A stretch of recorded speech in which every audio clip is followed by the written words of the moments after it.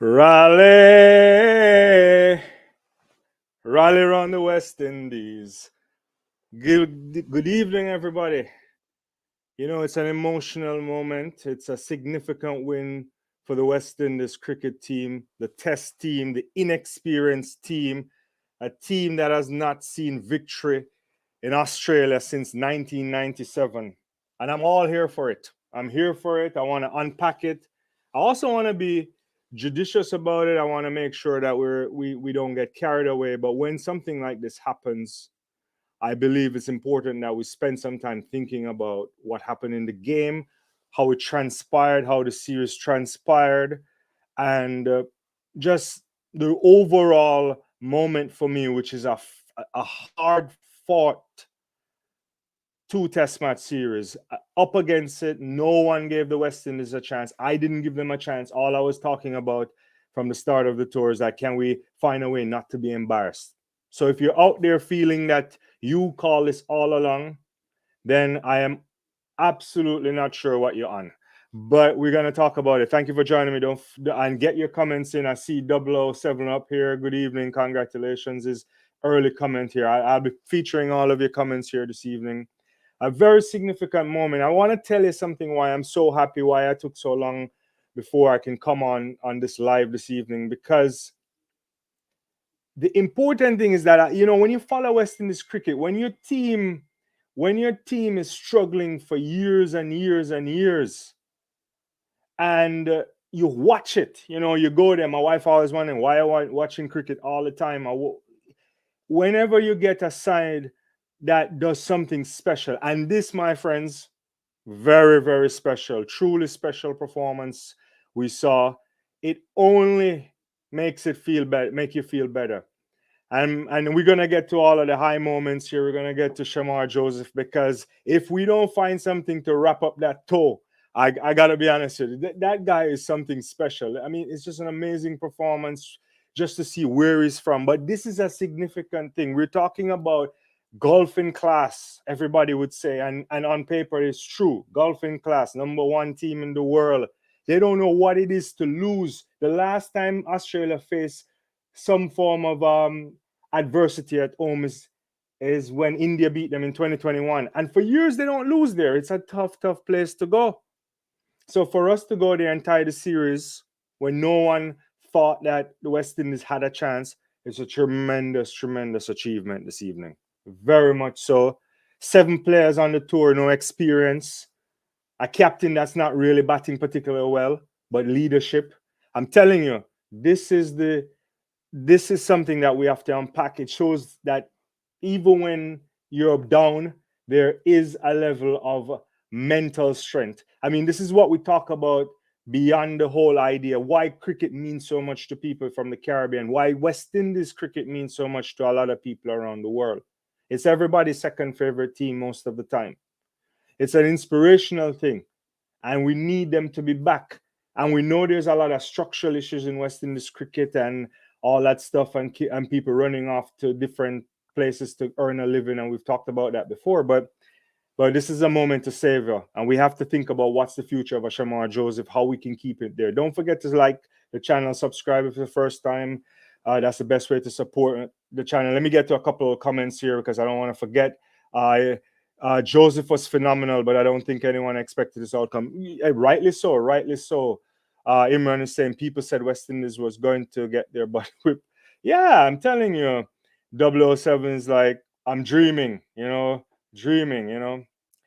Can anything be done to schedule another test series against another country between now and England in July? Very much. That's an important point there. Important point, because when you think about this, the West Indies won't play a test match until July. And that's part of our problem. That's part of the problem when you think about the whole structure of cricket and what needs to be done in order to ensure that smaller nation states like ours can play cricket. Because you can't tell me that wasn't entertainment last night. You can't tell me that it wasn't entertainment over this series. I mean, the best of the best entertainment, better than any kind of T20 you can ever dream of, because nobody's giving you any power play. No one is setting up any field in any particular direction. This is pure skill.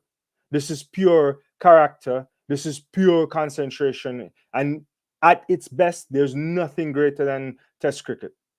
I keep on saying it. I mean, I didn't get a chance to watch the England India series, but I watched the highlights of that, and that seemed as if that's something special as well. So I think this is a game that, if done right, night and day if you want, if speeding up the game might be an important thing, can get it on to 4 days, whatever it takes to make sure that we keep this thing called Test cricket alive, we have to do it. And whatever it takes, we have to do it to ensure that the West Indies always has a strong outfit. Because you can't tell me some of the entertainment on show, just the pure joy from these guys is tremendous. When you see a Kevin Sinclair coming in and taking a wicket, 50 runs in the first, I'm just all over the place on this because I'm ecstatic. And I feel like we have to take in all of that tonight. We have to really savor this because many of you on this live, many of the serious fans of West Indies cricket sit there and they take it, they watch it, they feel bad about it, and no one. And sometimes when you talk to your close friends and relatives, they look at you like, why are you enduring this? Why are you taking that kind of punishment? But you take that punishment because the cricket means more than the cricket. And I've been saying this a lot, I'm an academic in my real job, and I, you think about CLR James's book, you think about the importance of sports beyond the playing field, building nations, what that can do in times of struggle. And we need West Indies cricket. We need it. It's been a dominant force. It's one of the greatest gifts that we've ever seen to take a sport that the English gave to us, try to change us in some interesting ways. A sport that is supposed to be an aristocratic sport, and to get these guys from the Caribbean running up and down and beating it with them, dominating for a while, they're hating us for that. And then we're now sitting down in a period of tremendous demise, spattles of maybe a little bit of, up winning a couple T20 World Cups, sometimes a series, and you look good, then it goes in another, then it goes sideways. A lot of people are writing off. Shout out to Hug. Hug. I mean, I think Brathwaite was right to call him out, because he himself would have suffered from some serious, Rodney Hugg would have suffered from some serious West Indies pace attack in the 1980s and 70s. I think his last test match was in 1984 against the West Indies. And so I don't mind people criticizing the West Indies. I think we are in our rights to criticize the West Indies, but they should watch them out sometimes. They could talk about maybe they're not living up to the legacy of years yesterday, but some of the things that we've heard from others from time to time, whether or not West Indies should ever be even playing cricket, they need to hold their tongue because they often forget that there was a period of time when we were dominating, top of the world, beating everybody, and we weren't asking for them to come out of cricket. So they should keep their mind, they should keep their thoughts to themselves sometimes. It's a free space, but I hope he can take it. And I think Brathwaite did the right thing to call him out. Special inspiration. You hope we don't need inspiration like that in order for us to play good cricket. That's enough. That's a different story. But it's important that they keep their mouth shut from time to time. Let me get to some of these comments. Thank you, everybody, for joining me. I think I'm missing so many of them here. Where did I miss out here? I think I need my producer to keep me on track on this. If I could interject, we need to get those Aussie curators in there. Oh, yeah. Pitch development is an important thing because we need to honor fast bowling. If you have the proper surfaces at the in the region, you will only get better cricketers, better fast bowlers, because they're there. I have to be honest with you. Some of the most natural born athletes around the planet are living inside of the Caribbean. So you have to develop the pitches that will develop them, and ultimately, as people say, that will also improve the batting. Imran, based on abilities, we should have been beaten soundly in both games, but the boys played well. Great heart today. Excellent. Yeah, I can't even disagree with that. There's so much things here to go through. But yeah, you got to remember, like, if we go back 1997, I remember that tour. I don't remember all. I can't remember everything. I don't. How old I was? I was a youngster then. In my late teens, I think, or something like that. But I think that was the series in '84 when we had a fifer from Ambrose in the first, in 97 rather, we had a fifer from Ambrose in the first innings. I think Walsh had a fifer in the second. Brian Lara scored 100 and something. I think Robert Samuels from Jamaica was playing there. He opened. I mean, it's a very long time since we've gone to Australia and won a game. And then you have to even go back to what, 1993, the last time we won a series. So by any stretch, it's a hard place to go. And certainly to take these boys and go to Australia and do this, especially what happened in the first match, because we were soundly beaten. Had it not for Shamar Joseph, and I want to spend a lot of time on him, so I haven't gone to him yet. If it wasn't for him, who knows what would have happened? He's 30 something runs, then this Pfeiffer. I got to be honest with you, there's a special talent. Really, you unearth a talent like that. And yeah, we have to get to Shamar Joseph. So West Indies break the drought in Australia. Very good. We have to think that we have to build on this. And I hope the boys, the management, everybody, because they deserve everything. I hope they get a good party tonight. Celebrate, but they come together and recognize that this should be the start of something. This should be the rebuilding of it. And this hopefully will start to showcase. And then if you think about what may happen in the summer too, and the ODI team improving and the T20 team improving under Ravman Powell's leadership, and maybe a couple guys that should be playing test cricket, like the likes of a Shea Hope, maybe that can start to rejuvenate the cricket. That can start to bring back crowds in the Caribbean. I was there. I was traveling in Trinidad in the England series, and I was in Brian Lara Academy. I said it on the live numerous occasions. It wasn't full. And that was a series on the line, just a victory, and we'd have won a series. Or eventually we won a series in the final T20. So you have to give the people of the region some hope. And you can see it there. You see the commentary, you see the faces. Man, it was such an emotional moment. People showcasing Brian Lara doing the last call there. There's a video going around. I think we may be able to show clips of some of these things with Lara. There's video going around with Carl Hooper, who happened to give, I think, Kevin Sinclair his hat in the for his cap for his test debut. The emotion going through these players, because they know what it means to play for West Indies. They know what it means to beat these guys. They know what it means to be on the losing end. And I don't care who you are. If you didn't want to shed a tear, if you weren't emotional or overjoyed after that, you just don't know sport. This is one of the greatest things ever. Let me get to some of these comments here. We will play Pakistan next month, but it was cancelled. Yeah, we have to. Yeah, I think we have. Who is it? It's the English come, and we need to take care of them. Dean the Dream, Joseph understood the assignment, protect him at all costs. That's a good point. We have to we have to unpack that. There's even Ian Bishop, others are talking about what needs to be done to keep the likes of a Shamar Joseph wanting to play Test cricket. He said, and I mean, he said it in the press conference. I don't know how many of you watched the press conference, but in the press conference, he says, no matter what, Test cricket was his dream. But everybody says this. And he also says that no matter whatever money comes his way, he will be available for West Indies cricket. And that's what we like to hear. And I saw Captain Brathwaite patting me on the back for that, because it's important. It is important that these guys remember that playing for the country is the most important thing. Yes, of course, you must be able to make a living. And I think they're improving the salary conditions for West Indies cricketers. Johnny Graves spoke about this even on Sky Sports, I think last week or the week before. And yeah, so, and then, you don't have to play every T20 competition.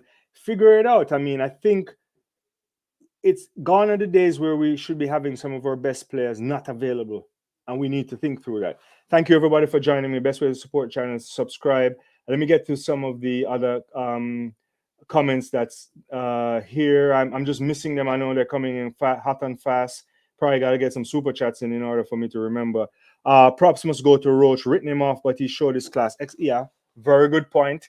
Actually, on top of that, props should go to even Brathwaite in terms of keeping Roach on in that match, because in the first innings in particular, because I didn't think that he was giving away a lot of runs, and but he did keep him on, and Roach, Alzari performed very well. I mean, it's just, I don't know. It's really interesting to see Alzari hit a 149, Shamar clock a 152. No, I'm telling you, we saw pace bowling on display. And as who, I don't remember who made a comment earlier, maybe it was you too, 007. You can only get great bowlers if you create the conditions for great bowlers. And that's what we need. We need to do that, you know. And Roach is there as a senior guy. I don't know how much longer Roach has. Maybe he might call it quits at the end of the England series. But we have to really think about that. They need more playing time, more match time. Yeah, we need better first class structure. You know, it would be great if many of these guys could go play county cricket or plays in Australia and get some more first class cricket. But we have to do it.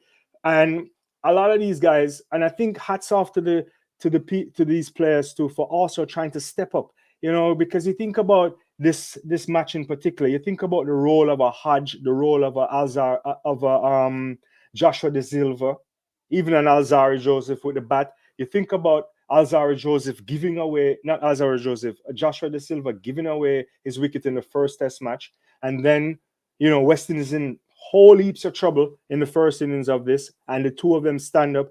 And in fairness, we could have probably won this match much more comfortably if we had made more runs. And if also, even when we had Australia under pressure in their initial reply, what was it, 24 for 4, 50 something for 5. But we also playing against a top class nation. We're playing against the best team in the world. So there's some give and take there. And also, these guys are not used to or accustomed to winning different moments and moments and moments in throughout a long Test match. But we have to go to the man of the moment. I know there's a lot of comments there. I'll get to that in a second. We have to go back to the man of the moment. If somebody can explain to me how you get hit on your big toe, you have to retire hurt, blood coming out, we saw it. There was even indication that maybe he could have fractured the toe. Clearly, they said I heard one commentary, some report saying they did some form of an X-ray and they didn't see any fracture. Fine, but how is it that is a serious injury? Fantastic Yorker. Was it Mitch Stark who did the Yorker or Hazelwood? I know I can't even remember. And clearly he wasn't going to play. He wasn't in the plans. Because if you watch the press conference, and he didn't want to talk about it, he said, look, they call him down. He rested up that night, elevated the foot. They call him to come. He's there, he's in the dressing room, and he's there thinking he's there to support the team, not to play. I guess he gets some painkillers, maybe some injections. He straps that stuff up. West Indies were struggling because the night before we got 2 wickets. Australia starts the morning, and you say to yourself, this is going to be trouble. Because the thing is, the likes of a Roach at that point, or the likes of Alzari, even we weren't bowling in a way where we were stifling them, right? We were giving them easy singles from time to time. We are allowing them the odd boundary and there. And what you really needed to do is to build pressure. And unfortunately, we weren't doing that. And you give the ball to the lad. And I don't understand it. I have to be honest with you. He must have been playing in his head or something like that. How can you run down and start bowling with that type of a pace when your foot isn't in? It doesn't make sense. Someone has to explain this to me. I mean, we barely won the Test match. Obviously, it's in dramatic format, and that's what we want. But 7 wickets on an injured toe. If that's not a heroic performance, then I don't know what is. I can't remember the last time I saw something special like that. In recent years for the West Indies. Maybe I'm missing it. There are some great spells. I think a whole lot of great spell one time. I remember one time, was it Jermaine Taylor destroying England in a Test match, taking 5 wickets. But it's just remarkable that what this guy was able to do. Remarkable what he was able to do. Let me get to some comments before we break down some of these other things here. Where am I? Thank you, everybody, for joining me. Thank you. Hopefully, you're stoked about this West Indies victory. I had to go for my hat, kind of an older hat. Actually, I have a new hat downstairs. It's one that I picked up when I was in Trinidad, but it's a one-day hat. If every destination has a member on the ICC board, then why is it that moment? Look, the money situation needs to be worked out. And I think they can't work it out until the next cycle, if I'm understanding that correctly. On top of that, I think the way in which tours are structured in terms of who pays for the tours, how they share the revenue, that needs conversations. I actually really think, and I think I agree with Johnny Greaves here and others, that maybe I don't think Australia, England, and India are particularly interested in sharing TV rights money the way in which, say, ICC will bottle the TV rights revenue sharing for the World Cups or the Champions Trophy or something like that, because they can make a lot of money in their market. So I don't think England is ever interested in sharing revenue because they have a big market for cricket. Likewise, Australia. Likewise, India. They have no, and I think India is only going to grow as their nation state also, as people become much more developed, GDP per capita increases for them, which is, then they're not interested in that. But I think the rest of the nations, I believe, could work out a deal. They could strike a deal. And this is where I think some creativity can come into the cricket. It requires some leadership, obviously, but they can strike some TVD where they could definitely do some revenue sharing and maybe create like a miniature kind of a competition here and there where everybody can benefit from it. Like, I just don't see why you can't have a 6-week test tournament. I mean, obviously, you want India and the rest there too, but the others could figure out something for themselves, maybe do some revenue sharing on television. Because if you go as a package, that might be important. Like, you think if the West Indies try to sell cricket TV rights, they're not making a lot of money off of that. The Caribbean is particularly small, and the income level isn't at the same as some of the other nations. So you're not beating them on numbers, sheer numbers, and you're certainly not beating them on the size of their pocket, right? So it needs some kind of a thing, I think, where they could do something, maybe have a better deal with the TV rights. So that's important. How you share the money that comes from it, because I think now, if I'm not mistaken, I could be wrong on this. I could get we have to pull up some of these things. Just talking off the top of my head, I think most of the time the home team gets all the money from the TV rights now and all the money from everything, and they pay for the other guys to come and so on. Nobody's coming in the stands in the Caribbean yet. So it's like a catch-22. It's an interesting thing. I think if the West Indies cricket starts to improve, I mean, if we can start building on this, if we beat England handedly, if we start to get extremely competitive, others will want to have more tours with us. They'll find a way to increase the tour, so it will no longer be a 2 test. It will go to 3 or 4 or whatever. Because if the West Indies team is a competitive team, it is guaranteed entertainment. They don't call it Calypso cricket for nothing. And I know that initially came as a pejorative, and then we transform what it means for Calypso cricket. No one has the flair that the West Indies have. I gotta be honest with you. I don't know where it comes from. I don't know if it's a natural thing, but when we're on top of, you just watch a West Indian sports person. When they reach a level that they're on top of the world, there's nothing like it. Who's doing somersaults in Test cricket? Who's running around the thing? That is TV at its finest. So it's not only just the playing, it's not only the shot selection. And so that's why I think if we can improve, man, if we can get a Jaden Seals back, if we can get a 3-pace prong attack, you name it, whatever, some high-level bowling, we will get to a point where people want us. It's a demand, right? That you sell out stuff. And I think that's also on them. It's also on the board, on everybody to get the cricket to a level where people want it, right? I think part of that. I mean, we have short memories on this. Even when West Indies were touring, super chat here from Dean the Dream. Really, thank you for doing that. Thank you for saying you're loving the show. I really appreciate it. Yeah, so it's important that we recognize, like, in the 70s, and these guys weren't getting a lot of pay either, but they were entertainment. They were going to Australia, they were going to England, and they're doing all sort of other stuff to make money. On the Clive Lloyd, all of those guys. It's well documented. It's in books. You can watch this on a number of things. So not to belabor the point there, but I'm saying, yeah, an exciting West Indies cricket team is not only good for for us in the region, or obviously I'm in the diaspora or wherever, but it is good for cricket. Absolutely good for cricket because it's showmanship with skill, with heart. All right, so let me get to some of these comments here. I don't even know where I'm, and if I miss out some of your comments, I apologize. Uh, WO said if we can win 5 out of the next 7 matches this year, oh well, I mean that would be really fantastic. Really fantastic.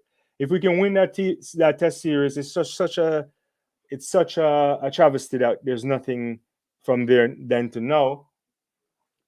And also, I got to be honest with you, I feel bad that we didn't have. I think Australia would have loved to have another match against the West Indies on this current form, right? Even if they were to win it, it doesn't matter. But it's the kind of competitive nature, the entertainment. You see all that camaraderie between Pat Cummins and Shamar Joseph because great recognized future great, right? If you want to put it that way.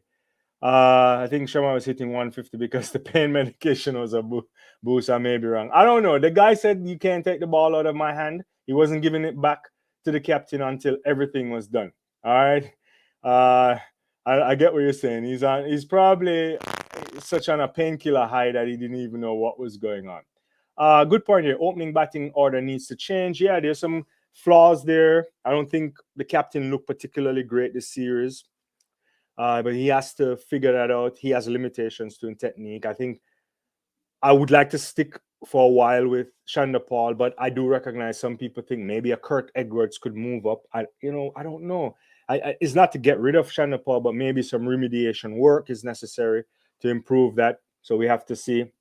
What a fantastic debut, the young speedster Shamar Joseph. Oh, fantastic! Yeah, I mean, it couldn't have started any better for him. What was it? 5 for 2 matches, winning performance.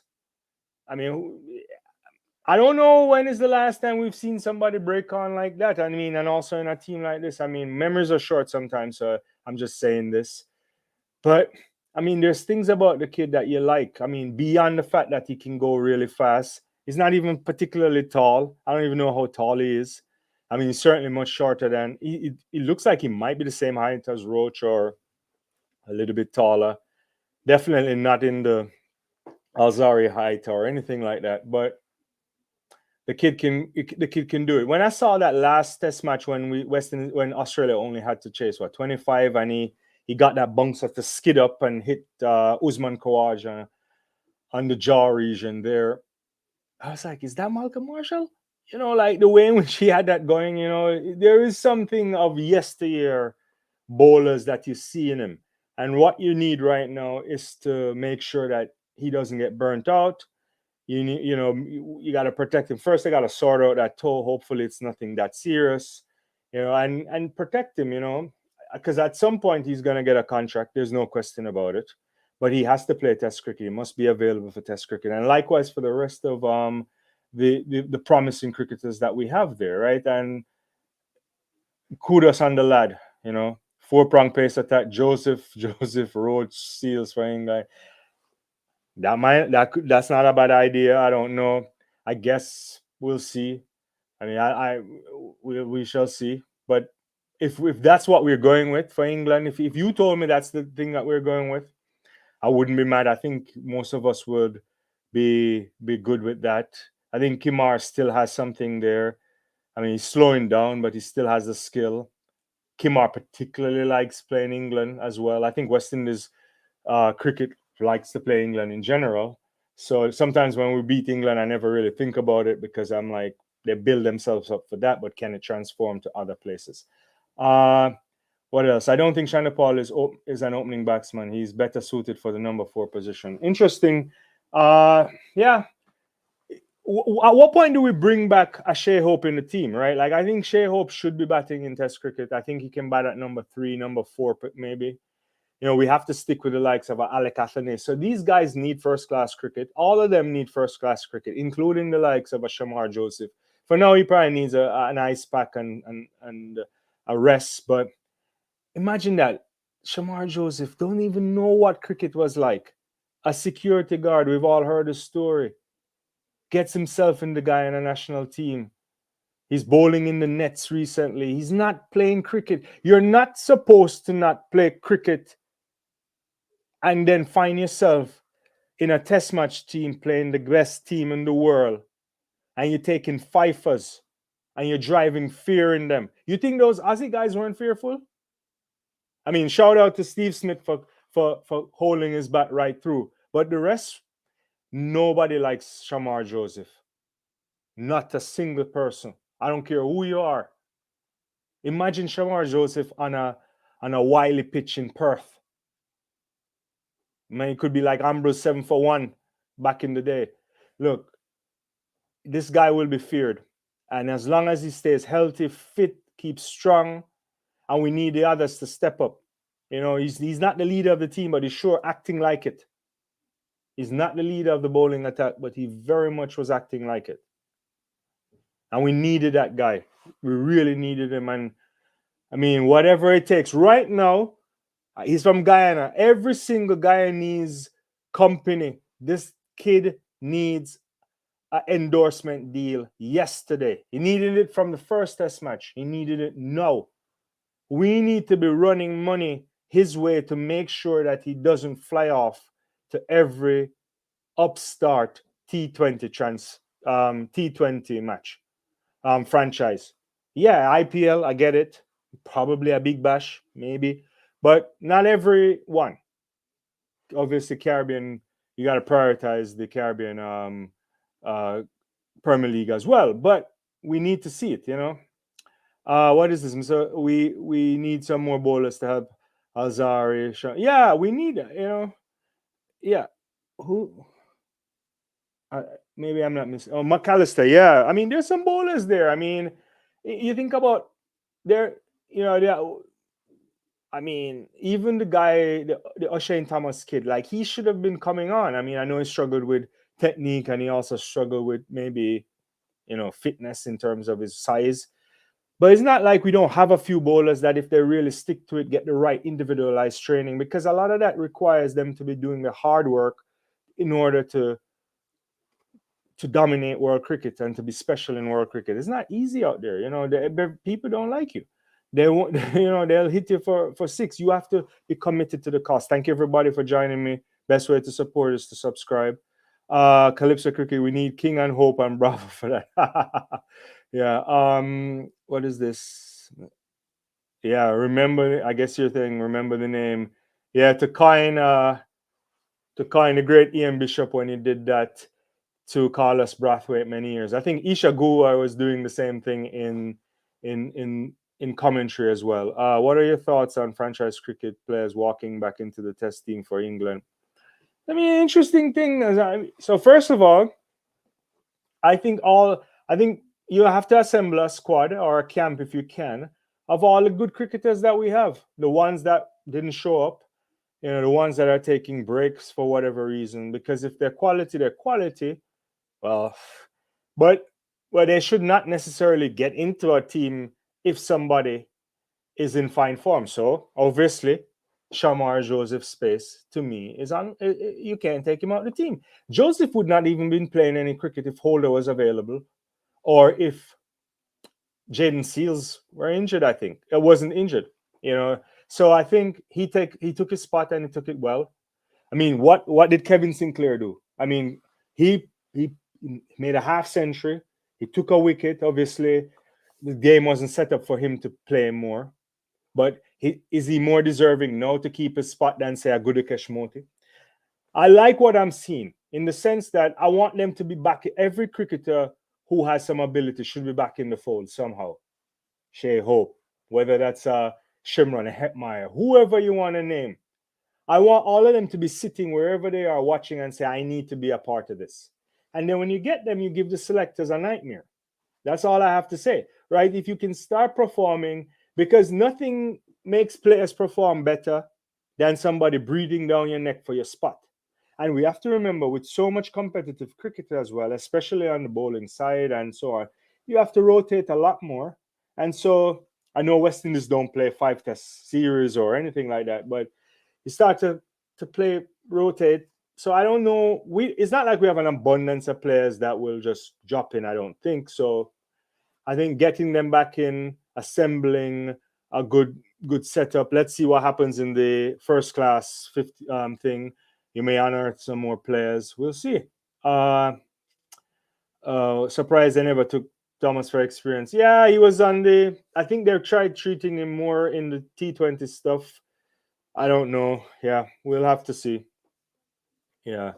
Thank you, everybody. I mean, I try to keep up with some of these comments. We need McAllister, Jaden Seals, Usher, and Thomas going England, and all these guys are over 6 feet tall. Yeah, and they should be. You know, these are talented individuals that if if you work on well can do something, right?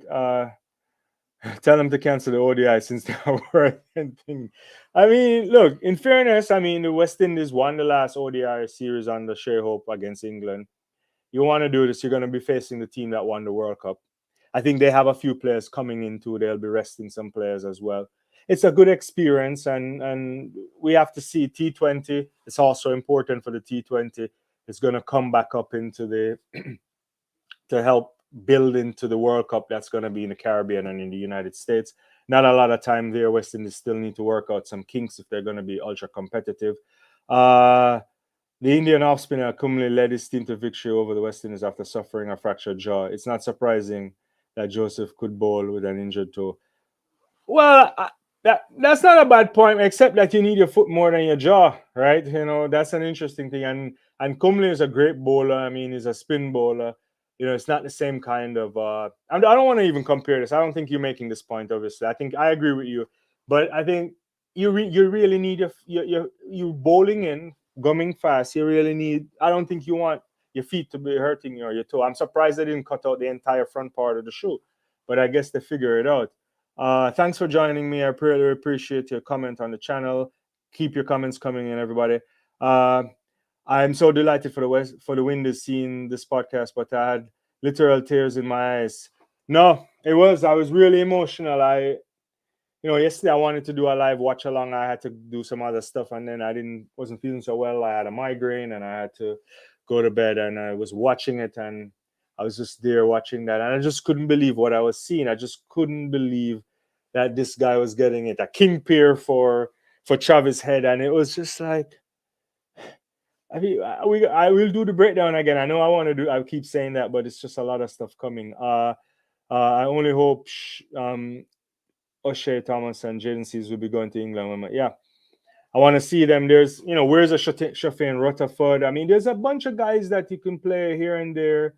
I was watching the India match and I couldn't keep my eyes off and started watching this one.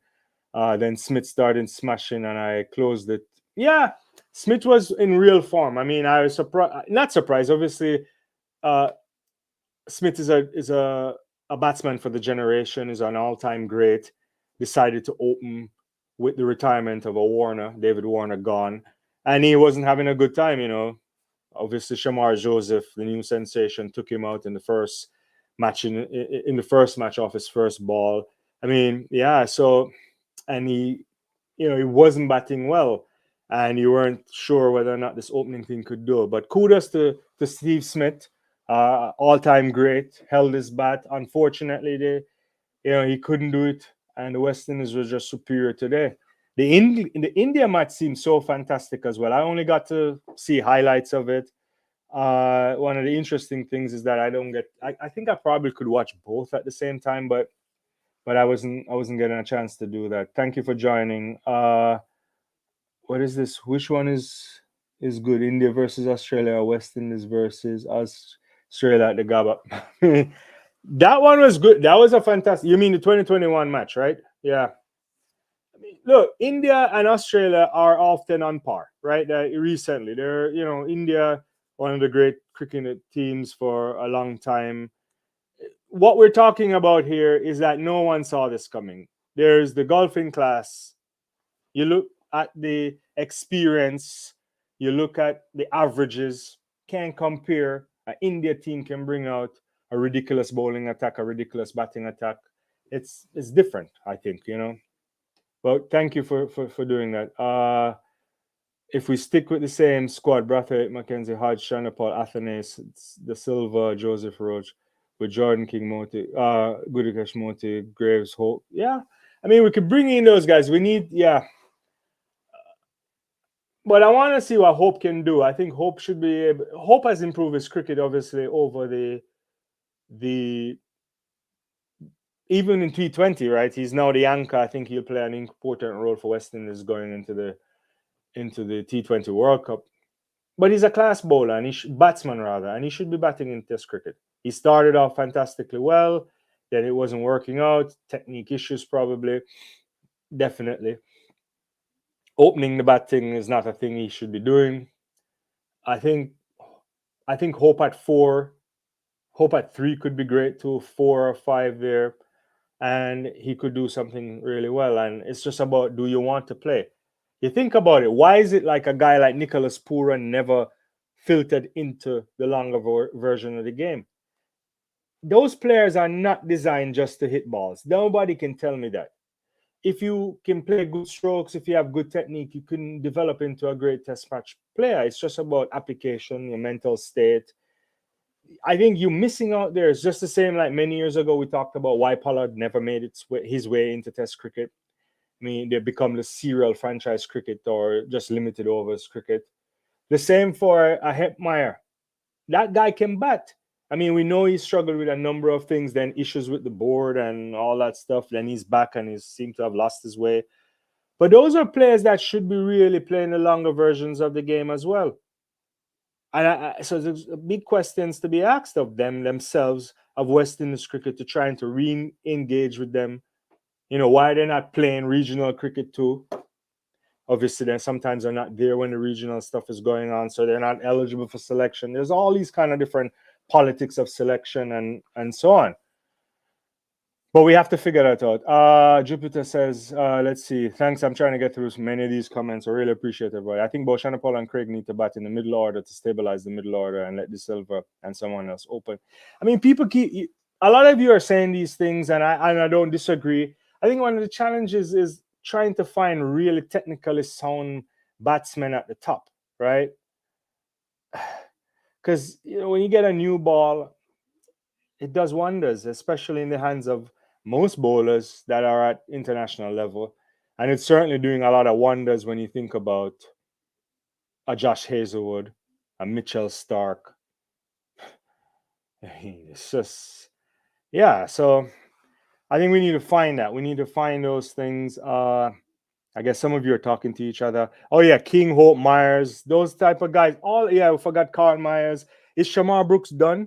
Like, you know what I'm saying? Like, we've seen players that sometimes let me pause and say, because of our struggles, one of the biggest challenges for West Indies cricket is that as soon as a youngster decides to showcase some level of talent and do something small on the regional scale, they quickly get ushered and put into the test match setup or into international cricket setup in general. Because when you're struggling, you're just looking for the next person.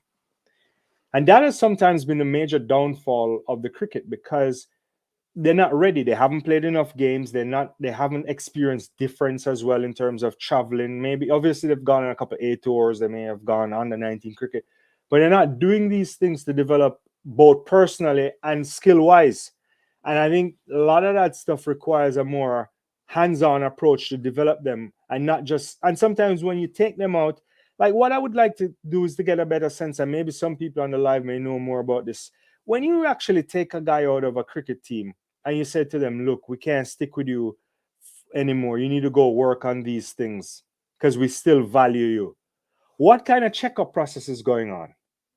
Who is overseeing the development of that? It's different if you take Steve. Let me use this. If Steve Smith gets dropped from Australia cricket, hypothetically, it's a 100% on him to get back in.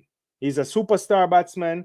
He has his own batting coach. He has a process. He can get back in.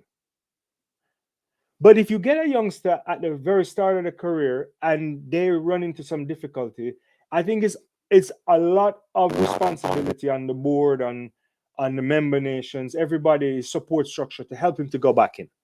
So I don't want to be complaining. I just don't know the process behind that. Like, what do you do to get back in? So if you take Shanda Paul out of the team. What is the way to try to get him back in the team? I know he's getting up. He's not old, but he's not young. What do you do? When you slip them out, who's monitoring these processes? That's an important thing. And I think in the region, you have to do it even more so because you don't have the abundance the way other nation states have it because they have the competitive cycle, they have bigger populations, all of that kind of stuff. That can work to their advantage. If you get a top class, world class, top class competitive 15 players in the West Indies, it's probably as best as you get sometime. But if those guys are firing and you're moving in and out, you're winning matches, and it inspires others to say, well, how can I get up to that level? But when people are somewhat in the mediocre realm, maybe sometimes not for their own fault, just because they're ushered in too early, you have to make sure that there's a better structure to take care of them. Thank you, everybody, for joining me. I mean, I really keep those comments coming. I can't even keep up with most of the comments that you have here. Tomorrow I'll be on for a track and field live. Hopefully, if you like track and field too, you'll get some of that. Some of these things I don't remember. If what you say, you got any other platforms? I only do YouTube right now for these stuff. I think I have social media, but we don't work as hard as it. My producer need to work on it. Dean the Dream, Shamar has guts. He's a fighter, and that's what West Indies need. Enough of this rolling over and taking losses. Yeah, I mean, the kid showed that. The kid determined that he's not going to lose. It's as if his life depended on it. That's basically how he played. His health, everything depended on it, right? If he gets contracts, I'd love for him to go to county in England or Shield cricket in Australia. Yeah, that's the kind of contract I'd love to see a Shamar Joseph get. County cricket. I can deal with that, Shield cricket, obviously. I can deal with that because I know that kind of stuff will come back to the development of the test cricket. Look at that. Yeah, Casey Carty. Yeah, I don't know, right? But he's also one of them that has a lot of promise. Anderson as well. Yeah, it's interesting, like I know Weston is going through a new selection process, right? They're going to change through selectors. Can't remember the details on that. Joseph is 6'4", Shane Thomas 6'5", Jaden Season 6'2". Yeah. Is Shamar Joseph only 5'9"? It doesn't matter. I mean, height is important, but it's not all important. Malcolm Marshall wasn't tall. A lot of great cricketers aren't necessarily that tall. Not all great fast bowlers are super tall. I mean, the height helps sometimes with the bounce or the release point or whatever they like to say. I'm not an expert in that kind of stuff, but yeah, we need some more pace bowlers. We need some more stuff that can work. To be honest, if you're going to England, I'm walking with 25 to 30 players. Plan an 18 tour to complement. That's what you need. You need a lot of that, right? A lot of 18. All those guys that we think are struggling. In fact, I don't even care if they play. Well, you probably want them to play in the regional cricket, but we should be on this continuous A tour, getting them everywhere, bringing a lot of people, exposing them. And that's the thing with the cricket. The money is tied to, I guess they talk about that. The series are short, but I think you can go to places really early with A teams and develop them. Because if you don't travel, if you don't get certain kind of one of the great things, I think Ian Bishop said this, I think Viv said this, a lot of people say this in the past. Courtney Walsh used to say this as well, Ambrose, that it's going to England was not only just because they played in England and experienced a new condition and the ball zipping around differently and it's colder and they had to it's everything. It's jumping on, it's being responsible, it's leaving their family, it's leaving their support structure. It's the development of a side of them that builds the character that made them much better at what they do. So yeah. Yeah, you're right. Malcolm Marshall wasn't the tallest, but he's the greatest, probably the greatest fast bowler we've ever seen, arguably the greatest West Indies fast bowler, right? Shamar Hola, yeah, we forgot about him. Yeah, we forgot about him too. Yeah, so there's a lot of stuff coming here. Thanks everybody. I guess you're getting corrected there. Great to have your greetings, good people. Thank you for joining. Thank you for being on the live. If our batting improve, we will be on the same stage as Australia and India. This is our weakness and weakness rather, and has always been since Lara left. Yeah, we haven't really created any. we haven't created a generational batsman since Brian. We've had world class batsmen post Brian, and I guess in Saw one. I mean, Gale was in the same time as, yeah, they were all there. Gale, Shanda Paul obviously was there from the 90s too. He's world class. But we've not been lucky to develop a generational batsman who can define an era. Likewise, we haven't developed a generational bowler to define an era since Ambrose, right? So those players are hard to come by. That's why when everything else is forgotten, they will always be remembered. So should we want those type of players in the team? Hell yeah, we need them. Can we be successful without players like that? We sure can. So what we need is we need to. So the difference when we call a Lara, we call some of these guys a Viv, Garfield, Sobers, Wes Hall, you name whoever you want to name, Clive. It's not that they were only just great cricket; they were like world class. They were like beyond they met the international standard, went above it and more, right? So generational players, you hope we can get it, but you have to work on those either when you get them. But we're never short of talent. I was just watching under 19 the other morning. There's always, in my mind, 4 or 5 cricketers that play under 19 cricket for West Indies that can be extremely good players at the highest level. And maybe 1 or 2 out of them could transcend cricket. But it's a nurturing stage. You have to get them and then develop them. Talent alone is just part of the mix. Talent is nothing without the commitment, without the nurturing and the mentorship. We see it in another sport that I'm very familiar with, and I think it's like track and field. And I don't care. You could be Usain Bolt level talent. We could unearth that someplace out on the street. It's not winning Olympics. You're not doing anything unless somebody develops that, and the play and the athlete itself themselves also recognize they have to be committed. A lot of people talk about Bolt and his talent, but obviously I think he's probably one of the greatest talented athletes we've ever seen. If not, I don't think he's even the most talented ever come out of even Jamaica, but that's a different live. I don't want to get on that. But one thing you couldn't do is to outwork him. So all the great players are hard workers. Let's see what else I'm missing. Shamar, what? Sometimes I don't know what I'm reading. Joe Graves. Yeah, we gotta go. I can't get that too fast. But thanks for the comment. Big up from Antigua. Yeah, Antigua, West Indies all the way. Yeah, thanks for joining, Cordell. Yeah. Warren is saying Lara Curry started the same way. Look what happened. But I mean, Lara could have come into the West Indies team much earlier. When was his first series? Was it Pakistan? Was it the Pakistan series he came on the scene? I can't remember. But even Viv said Lara could have come in the team earlier. But one of the things too, when you have talent, sometimes when you can spot them, you can make them wait a little bit longer. Why? Because if your team is strong, you don't necessarily have to bring them in really, really early. Yeah, Viv used to say Lara was a little bit selfish, but I shouldn't bring that. But he eventually got there. I mean, yeah, I think what the breakout moment, at least I remember for Brian, was that 93 tour of Australia, that 277. Was it 277 when he ran himself out? I think on that evening he would have broken Sober's record, probably. Yeah. What else? Even Brian Lara is in tears. Yeah, I saw it. I think we have a clip. I may ask my producer to show it in a second. In terms of batsman, Kelvin and Sakesi Carty, 2 players I'm looking at. No, I agree. I think they could do it. Yeah, they said Bishop was crying. I haven't seen the Bishop crying thing, but nobody loves West Indies cricket more than even Ian Bishop. He's always there commentating, so he sees it. He sees the players behind the scenes as well. I mean, what I saw from the West Indies cricket team, even if they had lost the match and lose the series, was heart. I saw a level of commitment to this thing called West Indies cricket, which we have to remember is an experiment, right? It's a thing of bringing nation states together. The only thing that is done collectively.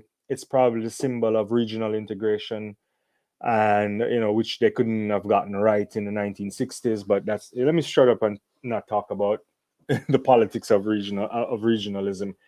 But yeah, it's great to see. I think the entire cricket world supported the West Indies. Any reactions are coming. Amazing reactions are coming from everyone. We see the Indian vloggers. Yeah, everybody's overjoyed. It's true. Even the Australians, you saw. I think there was one clip on radio with Mark Taylor. You see, I think the other one, I can't remember who Brian was with at the time. Was it every?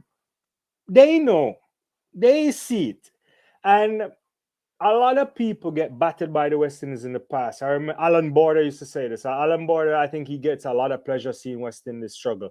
And I think they interviewed him sometime, and it's like, look, these guys ruined my life for years, and we couldn't beat them, right? So, I guess now it's not competitive because they were more competitive when we were beating them. But I think there is a joy. There is something. I've lived in the States for a very long time. I've met a lot of people from all over the world, and everybody I meet, the West Indies are the most famous cricketers they've ever seen. They love them. They're second team. All my Indian friends, they love West Indies cricket.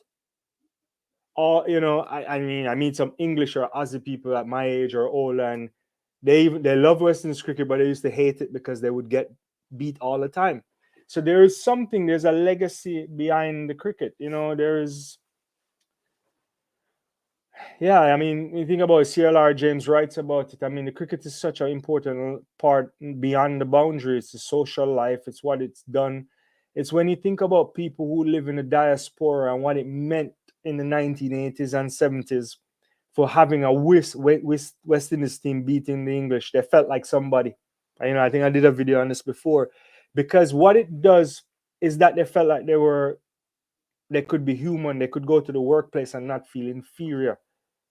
Those blackwash and all that stuff. And we must remember the right wing press of the British establishment wanted to kick us out of the game. They wrote some of the most horrible things about our fast bowling unit, calling us savages. They're calling us bad for cricket and all that kind of stuff. They had to attack us in every way.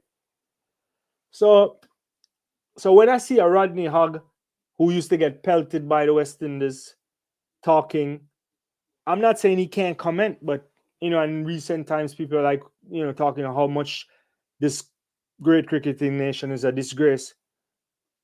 He doesn't have a right to talk about that stuff. Only West Indian people can complain about the cricket. He can say something. He has to watch what he says, how he says it. And I hope that the guys will just use this as a mechanism to build on, because there's something there. I didn't realize that fight could get you anywhere when you look on paper. We're not even close. Fight, heart, resilience. The second match, resilience. You're struggling, and Hodge and Da Silva digging you out of a rut. The Shamar Joseph. The mind is a very important thing, and what you can do to improve this. Let me see. Like everybody, so thank you so much, Double. So, I mean, that's an excellent make me remember when I was young playing as excellence coming back. You never give up until. Yeah, it's true. I was visiting. I also wonder, like, I look. What's interesting. Last December I was visiting the Caribbean. I went to Trinidad. My wife is originally from there, and we were trying. I was so excited that I was there at a time where I can go see West Indies play live, and I was trying to get like her nephews and others to like, let's go watch some cricket, and they're like, nah, and I'm like, what? And I remember my brother might be on the live, I don't know. At some point when we were young, we would, as soon as we watch cricket, we're running out there trying to be Ambrose and Walsh or Patrick Patterson, you know, Jimmy Adams or something like that. Jimmy Adams comes from the same town that I grew up in Jamaica. My uncles used to go to school with him. His dad was a doctor. I think I even went to his dad when I was young. So kids don't even want to play cricket sometimes. And so I mean, like, but you need inspirational figures. And if you're watching cricket, I mean, Alzar Shamar Joseph should be inspiring a generation right now. The whole Guyana should be having everybody running out there trying to bowl like him now. We need it. We need it. That's the inspiration to get a bunch of kids there, and West Indies need to be going in and trying to honor these talented cricketers and wrapping them up and developing them. Let me get to some more. I promise you I can't keep up with all these comments, but I do certainly appreciate all of them. Uh, you want Brandon King and Mackenzie to be opening. What is this? Steve Smith almost took away from us. Lucky we got Hazelwood on strike for Shamar Joseph to blast him out.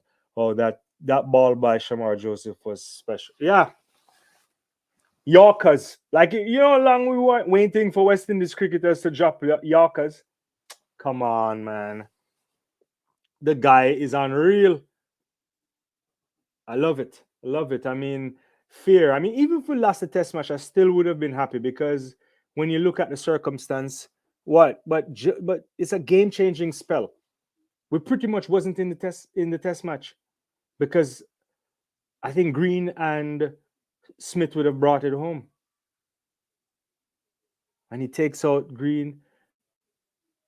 Then he gets Travis Head, who's no slouch. I mean, obviously Travis Head has been struggling with the in the summer, but he got a century in the last match, so he's in form again. I mean, plus obviously played fantastically well at the World Cup. But when you look at that, Green, golden duck for Head. Man, this is special. Alex Keary, Mitch Stark came. I mean, like, come on, come on. I mean, it's something special, right? You know, Mitch Marsh is a fantastic batter. He can turn his things on. Stark comes in and starts a hit around. I mean, also I think that to dismiss Nathan Lyon was special too from Shamar Joseph. We should give him credit for that because he dropped him on that. Was it a cotton ball, right? He dropped him on that, and then right afterwards, you get that nick. You immediately put in Josh Hazelwood, and if Australia bats deep, Hazelwood is the guy that can bat. And yet, still, Steve Smith was trying, right? And you're talking about a generational batsman. So we must remember the context. We're talking about the best team in the world. They're stacked from top to bottom. They're fighters. They know how to come out of tough situations. Most times they're not in these kind of tough situations, but they do know how to find themselves and get out of that, how to extricate themselves out of difficult periods. But they don't know what Shamar Joseph is. And we didn't know. I don't know. We only saw him like once or twice. And yeah, the guy get a fifer on his first test match. But did I think he would have come back and delivered the same way? He didn't bowl as spectacular well in the first innings of the second test match. But then he have an injured toe. I just can't stop. I just can't stop. 007, Brennan King and Mackenzie, only two person I want opening. I think I get onto that. Pooran always say he wants to play, but also ICC and CWI need to plot test around franchise cricket. Yeah, that needs to happen. Pooran is always saying that, but then he's playing cricket everywhere. Everywhere. He's playing some nonsense cricket sometimes. Like last summer, he was in the US playing something when he could have been playing elsewhere. So I don't know. Even when he was playing, was he playing CPL? Because then he run. You know, he was on a flight to go play some other cricket. Yeah, I don't know. I'll see. I don't think he'll ever play Test cricket. Could he play Test cricket? Of course, he has the ability. Yeah, King can open. West Indies openers have high standards to meet. It's tough to measure up to the legacy of Greenwich and Graves. I mean, you're talking about two of the all-time greatest batsmen ever, right? An opening pair. Gordon Cuthbert Greenwich. I got that right? And Desmond Haynes. I mean, Greenwich was such a spectacular batsman. You know, it's just, we often talk about the era of great fast bowling talent, but West Indies has some really top class batters as well.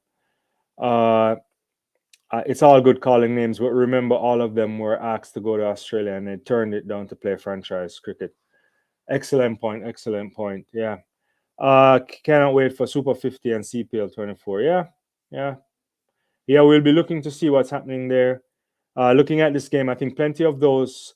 This is Sammy St. Helen. Plenty of those other players who chose franchise over Test should watch, and some kind of envy to see how the entire cricket world bowed to the successful team. Yeah, I mean, again, I've always said it. People must be able to make their money, earn their money. I'm not upset about that.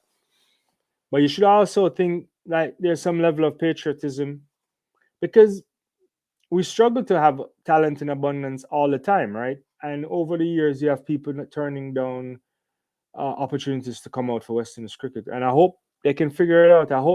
I mean, there's new memorandum of understanding signed by WEPA and the West Indies Cricket Board. Gender equity is on the line in terms of pay. I'm glad to see that. So hopefully there's a working relationship and hopefully players take this seriously. I just every now and again when we talk about Test cricket dying, I mean I could last summer the series, the Ashes series was some of the greatest cricket I've ever seen. Exciting. This India, I didn't think England would have won this match against India. So I think this and the West Indies match against Australia is some of the greatest cricket we've seen in a long while. It was entertaining, it was gripping, and Test cricket can be that. And if you play that kind of cricket, if you play high quality cricket, people will show up.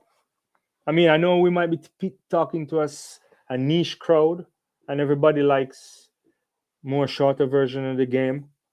I'm even okay sacrificing 50 over cricket to save Test cricket. If you want T20 and 50 over, I could live with some of that. I can't really, but I could, you know. But Test cricket needs to live on. You know, Jamaica is a look to the into the future of West Indies cricket if nothing is done to help the WICP because pretty soon it will be not financially viable for some of those islands to host Test matches. Yeah, I mean, there's problems with the Jamaica stuff. I don't even understand. I still don't get why they're not hosting World Cup cricket. You know how many more people would try to come to the Caribbean? You know how easy it is to go to Jamaica from at least North America. There's a lot of flights. It's easier to get in. Every time I want to go to Trinidad, I'm limited. I'm either flying United, which I fly all the time, but there's American, maybe JetBlue, Caribbean Airlines. I want to take that. Uh, but other, there's a lot more you can do for sports tourism. Jamaica, bigger island nation, too, can host a lot more people. I think they could have done so much more hosting a number of World Cup games that would have brought in a lot more people there as well. But that's another story. It's sad to see. Is there more Shamar Joseph the West Indies don't know about yet? Good point. Good point. Good point. You would hope, and we can go find them. Yeah, could find them. Should CWI implement a contract deal where players can play two franchise, one more outside CPL? If any, I don't know. That's a good point. Yeah, they could. I don't know if I don't necessarily think the players are starving. And yeah, they should because some of their development is basically down to West Indies, of course, playing under 19 cricket, playing other stuff in order. So there is some give back as well, right? I don't know. We'll see. Roach is a generational bowler. Had it not been for, I agree with that. He was ultra fast. Then he rebuilt himself. Yeah, he was a generational talent. I mean, when you look at the rankings and the all-time greats, I mean, he's up there for West Indies cricket. He certainly passed the likes of Mikey Holding, and he passed Big Bird, right? But I don't think he's in their class, obviously. And he could have been. And also, he played at a time too where he wasn't even getting any kind of help too, right? In terms of it fluctuated from time to time who was around. I don't know. Yeah, but it's good to see that he's still a great servant for West Indies cricket. Yeah, One United we got John McAllister. Yeah, he has I think he's very fast. Yeah, I've seen that. Yeah, 1990 debut for and it was Pakistan, right? If my memory serves me correctly. Yeah, all you guys are coming out with all the great bowlers, and I'm glad that many of you, you've seen a lot more these guys than I do. I try to watch from afar sometimes the regional stuff, but hopefully you guys are going to the matches there too and seeing stuff. Yeah, Adam Gilchrist, thanks for that. I think that comment came in when we were talking about who else was in the studio. Oh, that was a great batsman too. Great opening batsman. West Indies need a leg spinner. I think so. I mean, it's hard to unearth a leg spinner. Hopefully, we can get one. Oh yeah, Fire in Babylon is fantastic. In fact, everybody needs to read Fire in Babylon as well. Actually, it's a book too. I'm kind of looking here in my office studio here. I may have it at work in my office, but Fire in Babylon is an excellent. Simon Lister wrote the book, I think. He was in part of the writing of it, which then obviously became the the documentary. That was a great documentary. Yeah, I have a bunch of these West Indies cricket books that I was trying to go through recently. There was actually a book that I never got to read that was kind of talking about the Rebel Tour. For those of you who remember, they got the team that went to South Africa and ultimately the players got banned in the 1980s. Yeah, I can't find the book that I'm talking about right now. But yeah, there's some great books on cricket that if you're interested in, Anybody But England is a fantastic read too. Yeah, but Fire in Babylon is a really good book to read, and obviously you can watch the documentary. I think it used to be on Amazon Prime. Depending on where you are, you might be able to find it on YouTube too or someplace. I'm sure there's illegal streams of it too. Yeah. What else am I missing here? I don't. I know you guys are putting in the comments big fast. Kara, I don't even know if I've seen you. Pay the players enough so they would not have to choose between West Indies and franchise cricket. That's an excellent point. And I think I don't know where they are exactly fully. I think Johnny Graves said it recently that they've upgraded the salary packages. It's sometimes still hard for them to compete with franchise cricket, right? I think franchise cricket has its place. You know, if you can go to IPL, you go Big Bash, you can go to a few. Yeah, and obviously, like if you are on the fringes and you don't get into the West Indies squad and you can go there, that's where you want to be, right? But there should be wanting to line up for cricket, you know. And a lot of players sometimes they shirk the responsibilities to with the heavy fitness requirements for Test cricket. But that's another story. Let's see. Some of you are talking to each other. Yeah, Jamaica did not bid to host it. The government needs to be blamed from. Yeah, it's true. Yeah, we saw that. I saw even Jamaica losing the franchise for the for the Talawas. How is it that the biggest country in the English speaking or biggest country when you think about part of West Indies cricket? What? Why no? That doesn't make sense to me. I don't understand. Uh, I remember reading earlier when the World Cup thing came about. There was like what was it, like a statement I think, or a release from the sports minister in Jamaica, Grange, talking about feasibility or so. But I never saw the study. I don't know if I don't live in Jamaica. I don't know if I missed it in the news. Was that real? Did they share the study with the public to say that it's not a viable thing? Because I just can't believe that's not a viable thing to host. The amount of turnover in terms of people coming to a cricket match, occupancy in traditional, I guess, hotels, obviously, in Airbnb setups, the vendors, the tax just for them to travel. That is ridiculous. They're talking about. If they told me that there's no way they're gonna make money out of that, I would fall off. No one can seriously tell me that. That is the number one nonsense I've ever seen in my life. And I speak to a lot of people who are they're in sports management or sports business in the States, and the amount of money you can make off some small stuff, I'm sure you could be just like killing that out there. So crazy. Jaden Seal's fastest ball, I think, was registered at 88 miles per hour. Still fast, if that's it. And obviously, pace alone is not the great, is not the be all end all. It's the control, it's the skill. And we have some, leave the pace to Shamar Joseph and the rest do skill stuff, and we're probably okay. I'd love to see the old West Indies, the old Pakistan, all of them players. They have, like, uh,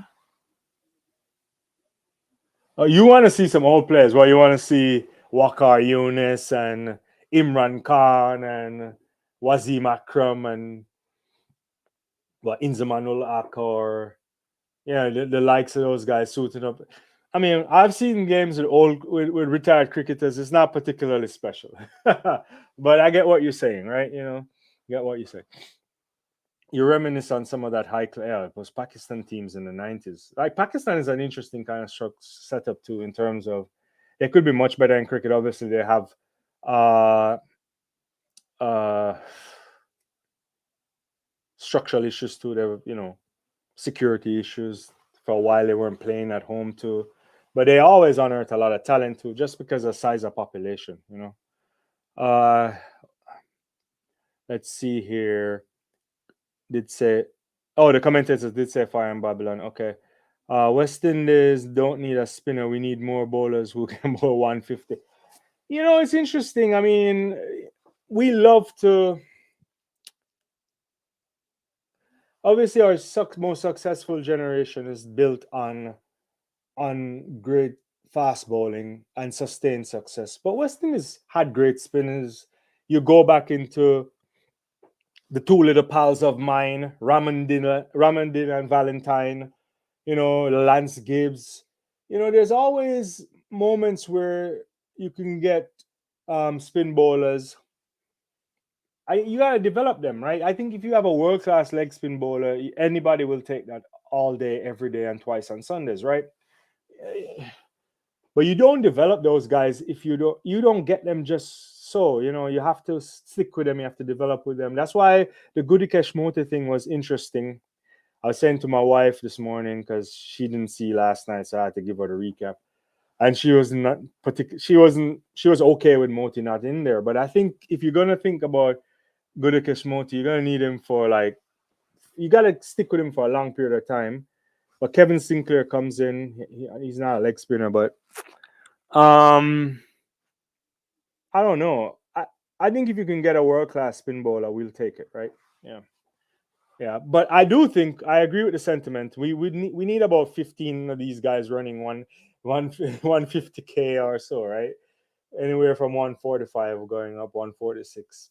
I think we'd be in a healthy space like that, right? The challenge is you go back to the 80s or so, you would see a lot of players who couldn't make it in the team because there's just so many top class talent. At one point, Barbados alone could have probably fielded a World 11 and beat most teams around the world. So, but that's a interesting kind of setup. What else is here? I'm looking to add Thorne, Jaden Seals, Pittman. Yeah, Gabriel. I think maybe. I think Roach is ending out. I think Holder. Um, yeah, Gabriel too is also out of it. I think. I don't know if he'll come back. Yeah, but it's time for youngsters to start pushing them out. Alzar is getting a senior status now, so he can start to help with those players. I think Roach can stick around for maybe a home series. Yes, maybe that's it for him. But then immediately have those guys in the mix to help in a nurturing capacity too. The future of Weston is currently playing under 19. Yeah, that Andrew kid is really good. I like him. Pascal's look good. The Edward kid. Yeah, there's some interesting stuff there, and this is second under 19 for Edward, right? So yeah, I like these. You guys are on top of the stuff, and you guys need to send me some links to some of these players because I don't really see them, to be honest with you. Yeah. So thanks everybody. Don't forget to like, subscribe, hit the like button. Morning Glenn. There's so many things going on here. See Jake Glasgow on the live. I don't think I've seen it before. Thanks. Yeah, I really appreciate everybody coming on. I fear Andrew Billy saying, or Andre rather, sorry. We will lose the talent to T20. We should offer him a contract right away. Yeah, it is. As I was saying earlier today, I was saying we need the big companies in the region. Who are those companies that can offer like the telecommunication companies, probably the companies in Guyana? I don't know his endorsement package. I suspect he doesn't have any. You really need them to offer the guy something right away, because he is also a captivating spirit. When you look at him, you could see the marketable kind of nature behind him. He smiles. He's running around. The world is his oyster. The players have to catch him up when he takes a wicket. So Shamar Joseph is box office. And so some of the companies around there, they should really immediately assign themselves to him, try to align themselves with him rather. His story is remarkable. It's the stuff of television, it's the stuff of things. There's a guy that is a security guard, makes his way in with limited amount of first class cricket, and he goes to the biggest stage. Doesn't get a test debut against Zimbabwe. He got a test debut against Australia. And he's walking away from the series as the man of the series. We should put the stats up again. But 7 wickets, two fifers. The average is fantastic. I mean, that spell, I think you have to find a way to make sure that the guy values test cricket. He's saying all the right things. He did say he was a joy to watch. I really think I was pleased to hear him in the press conference talking about how he was basically in the dressing room without any shirt on. They had to tape up a shirt to get him on. And then he eventually, then he gets a shirt, I guess. This is the stuff of dreams. You don't get to this point unless you're special. So I think the story is remarkable story of a guy coming from nowhere, from a rural part too in Guyana. I don't know Guyana, but by all indications, and getting into the team. So you can't tell me he shouldn't be on a biscuit company. You know, he should be on all the boards there. He should be lining up a couple. I mean, I think you're a telecommunication giant or something. You need, you're selling your Ford, whatever. I don't know if 5G is 5G in the Caribbean already. I can't recall. Your stuff Digicel or whoever Flow. I don't know. I'm not really privy to these companies. I know all the details. You want speed? Joseph there's an ad. I see it. I'm sure we could make that ad right away. Uh, so I think the kid is special, and what can we say? He should be getting all the endorsement deals. And I know people are like, well, he just started, but whatever. We have to protect him. I saw a tweet from Ian Bishop, and you have to do something. You have to do something to make sure that he doesn't.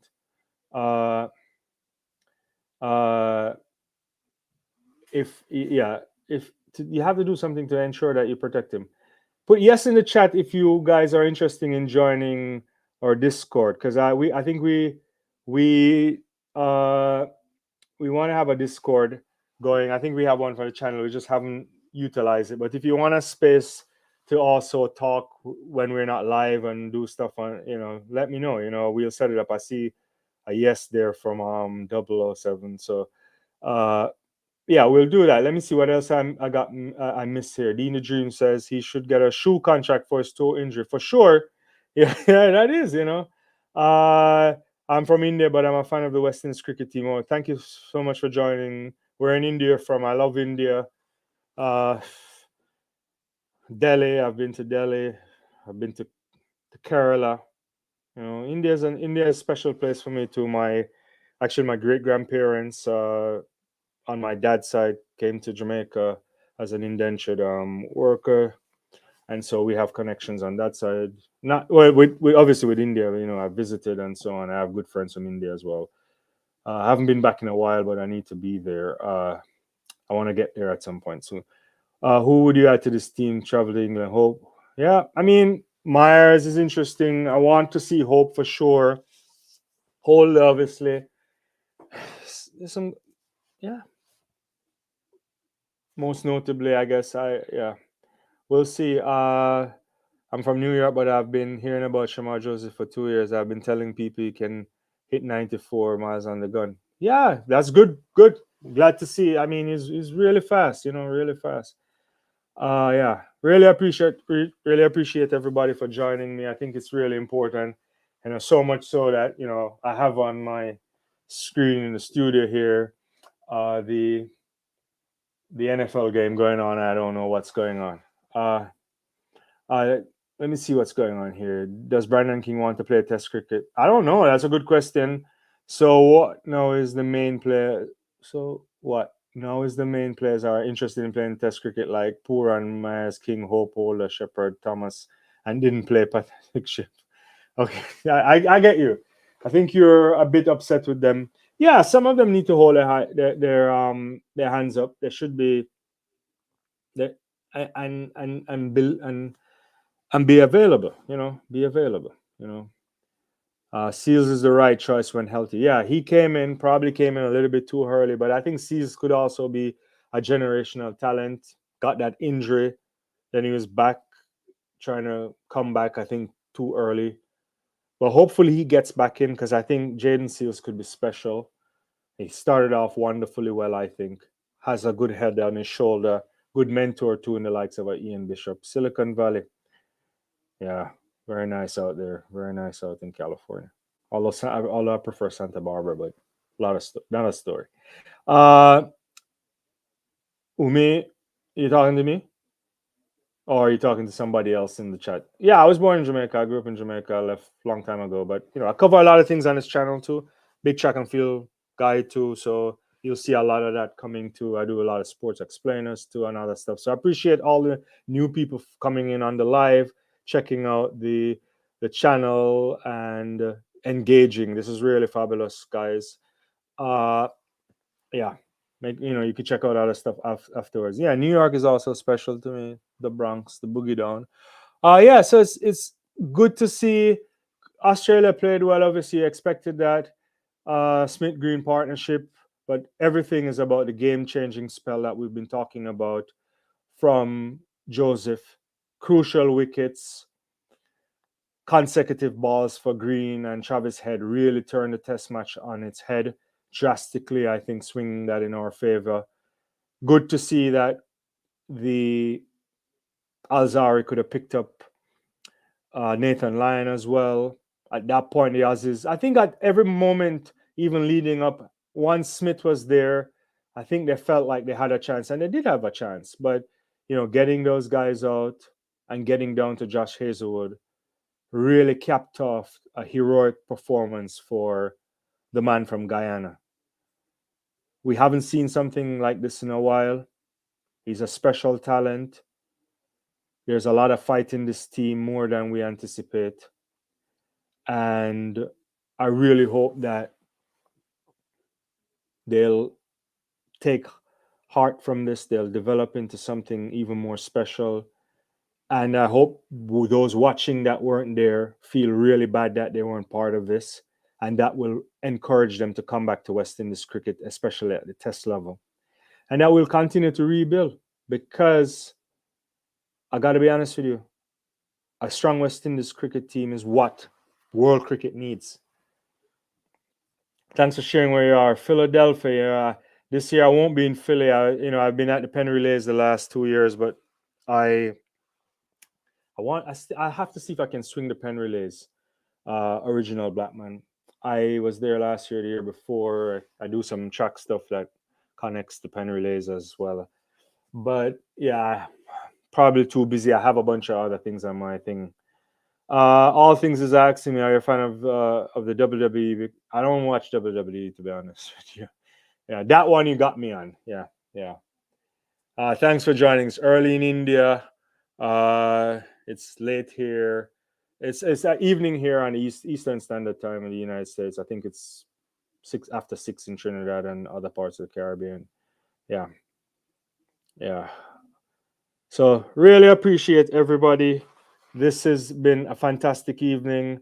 Rally around the West Indies. Support Test cricket. Support this channel. I think it's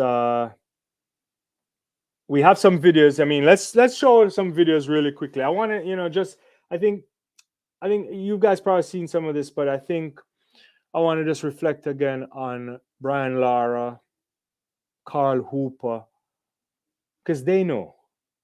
And let's take a look at Brian Lara seeing the winning thing here. Yeah.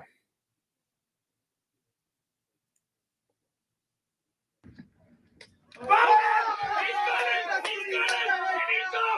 West Indies have created the most amazing thing here in the world of cricket. They are all running around the Gabba like you won't believe. Josh Hazelwood is cast at the other end. This is amazing. Brian Lara, take over. You're in tears, man. It's unbelievable. 27 years to be in Australia. Young, inexperienced, written off. This West Indies team can stand tall today. West Indies cricket can stand tall today. Today is a big day in West Indies cricket. Congratulations. Congratulations to every single member of that cricket team. What a wonderful occasion. Adam Gilchrist, your thoughts? Completely reiterate everything Brian Lara just said. Now you see what it means to the great man. Look at the Aussies. You see the Aussies because they know this is not even where you support, or who you support rather. You recognize spectacular performance, and that's what they got. It's amazing type of stuff there. Amazing. The big, the great Brian Charles Lara in tears, emotional for him, because everybody wants to see West Indies do well. I mean, Carl Hooper too. I want to show the Carl Hooper video if my producer can get it up in a second too. But it's just to see that. Look at Carl Hooper. And won it by 8 runs. 8 runs. A huge performance by the West Indies, who came to Australia with little expectation of competing. West Indies and won it by 8 runs. Look at that. Look what it means to Carl Hooper, former captain of West Indies, to a man that was there to give the cap to his countryman Kevin Sinclair. It means the world. It means the world, and it means the world to us if you support. And it should mean the world to people who are not fans of West Indies cricket either, because it's a big moment. It's a big moment. I know there's a lot of comments in the chat. I can't even keep up. Yeah, this is an unbelievable performance. And many years. I think earlier I think last year I put out a video and talking about what the importance of West Indies cricket and it meaning and what and why people in the region need to understand what that means to our fans of it, not necessarily just on what they're doing on the pitch, but if you get what it means to the advancement of society and so on, then you will realize that you would care even more when they're not performing well and want them to do well and put pressure on the right people to make sure that they do well. Yeah. So yeah, I wonder. Yeah, that's a good point. I wonder what Mikey Holding would be saying also. I think everybody, Clive Lloyd, Andy Roberts, Big Joel Garner.